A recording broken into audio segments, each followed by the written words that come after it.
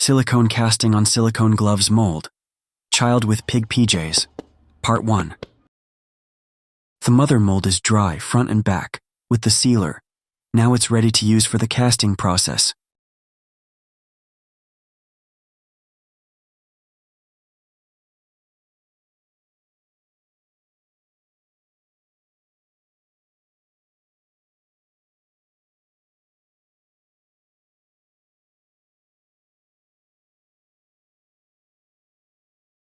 Let's wear the mother mold and see the results together.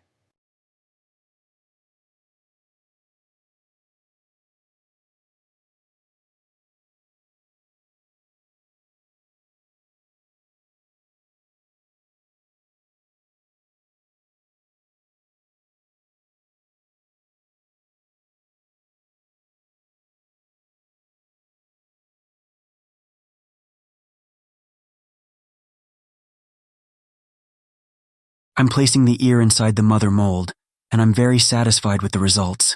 It fits perfectly. Other materials sometimes dry and shrink, but this one turned out perfect.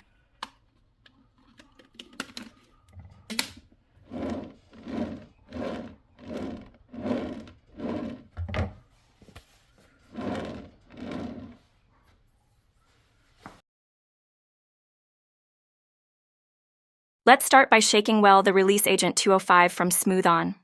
I prefer to use the liquid release inside narrow and small areas like the ear, fingers, and toes. With a long brush, I make sure all the tiny details receive the release agent. The brush helps hold and spread it evenly. My favorite 3M mask, very comfortable, and with the 606 filter keeps you safe. Always work 8N ventilated area. Use latex-free gloves, work safely.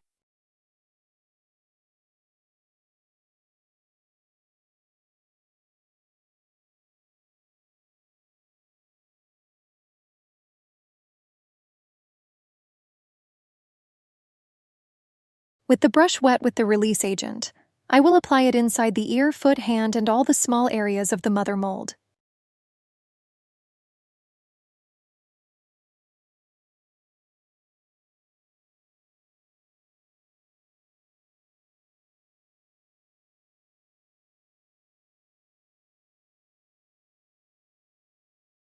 This step is the most important part of the entire casting process. If you don't use the right release agent and make sure the mold is fully covered, the casting can stick to the mold, causing damage. You might lose both the mold and your piece.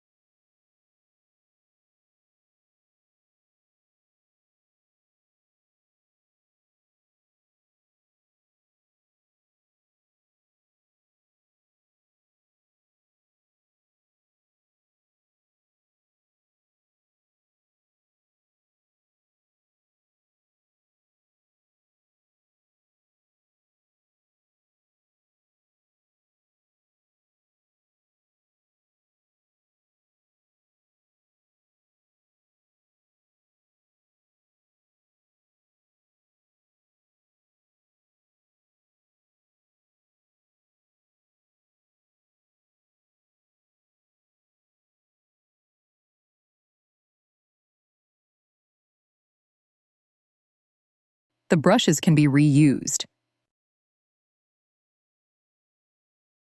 The straws need to be long and wide to work with the spray can of Release 200. This trick helps reach the tight areas inside the mold as well. If I find it necessary, I prefer to use both release agents at the same time. Then you can decide which one works best for your design and mold details.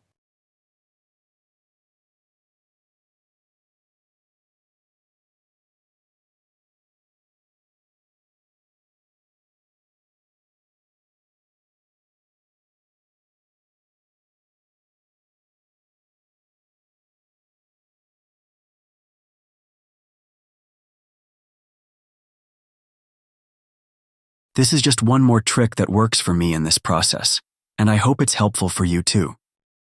Now I'm going to use Release Agent 200 on all the more open areas of the mold. Here you can see that I positioned the mold in the exact angle I need to pour the silicone into the ear. This is a technique I prefer, and I use it for all my molds, no matter the size or style. I always cast one ear at a time.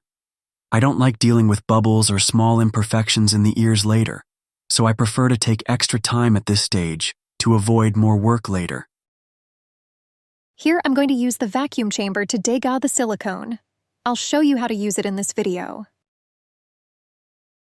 Since this is a fantasy mold, I'm going to use fluorescent silicone pigments. I'll play with the colors without worrying about perfection, just experimenting with the hues. No stress, just enjoying the art. There's no pressure for it to turn out perfectly. I'm also preparing the small tongue molds to receive silicone. What you're seeing are my different sizes of mini tongue molds. There's always some silicone left over, so I use it to cast tongues and avoid wasting material. Whenever I do a casting, I like to have these mini molds nearby to make use of the leftover silicone. Make sense?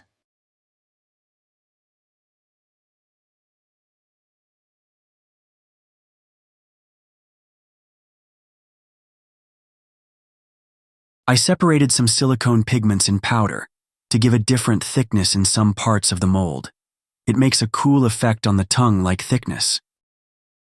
Here I'm using Ecoflex 20 silicone from Smooth On with silicone pigments flesh skin tone. Let's use the scale and a calculator to get the equal arts of silicone A and B right.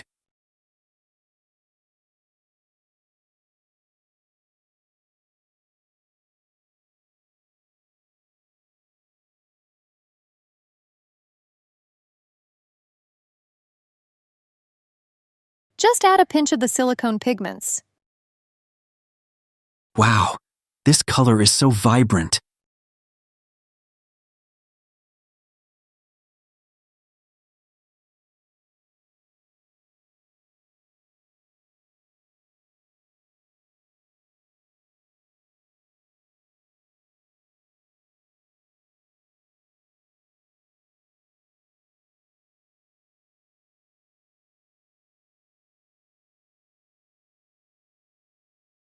Mix well.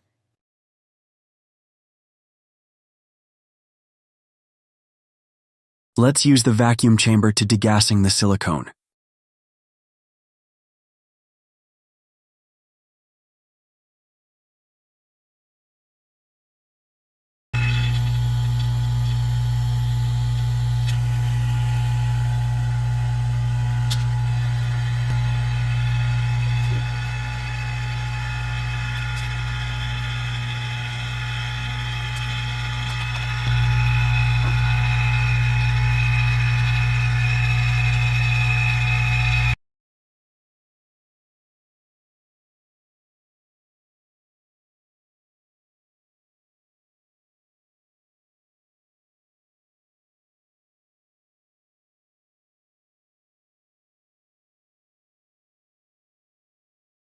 I leave it inside the vacuum chamber until all the bubbles disappear. Then I turn off the pump, turn the valve back to the initial place, and remove the lid.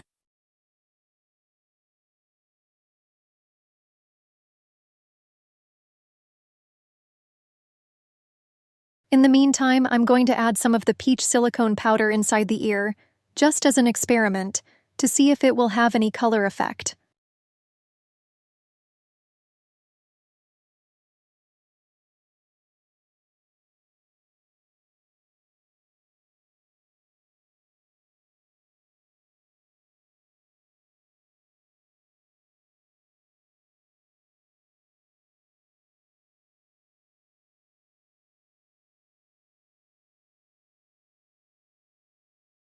Peach Rayon Fiber Flocking from Factor 2. I called silicone pigment colors. Now the bubbles are gone. Let's turn off the pump.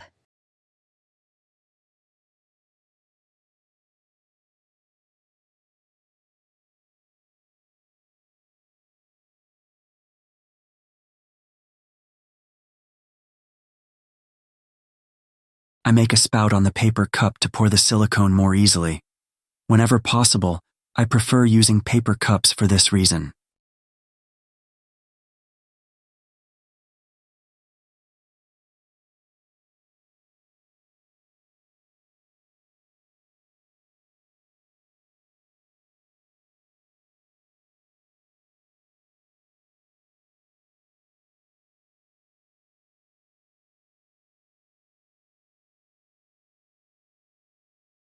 I'm tapping on the mold to help to release the bubbles, but this process it is also preferences I like and my first instructor didn't.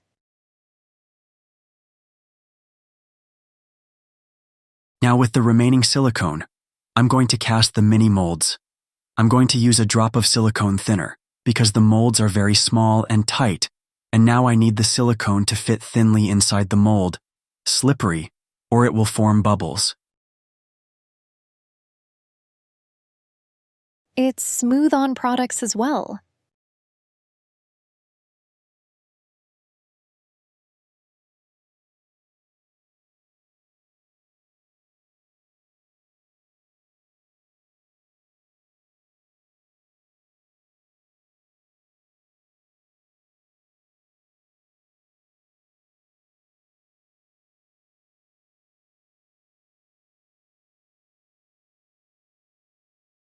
I'm going to use a syringe with a tip to help with pouring.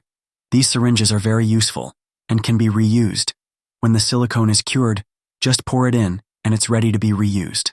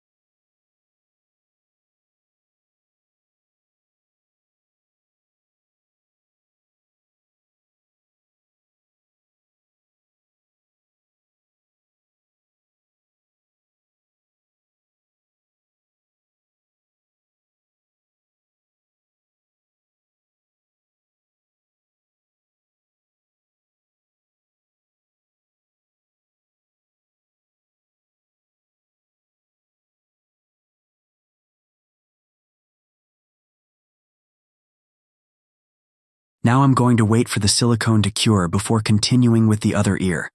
I'm wrapping it up for now, and I'll be back with part 2 once the silicone is fully cured, so we can move on with the casting. Thank you. I hope this was helpful. Don't forget to subscribe to support the channel so it can keep going and be here whenever you need these tips. Subscribe.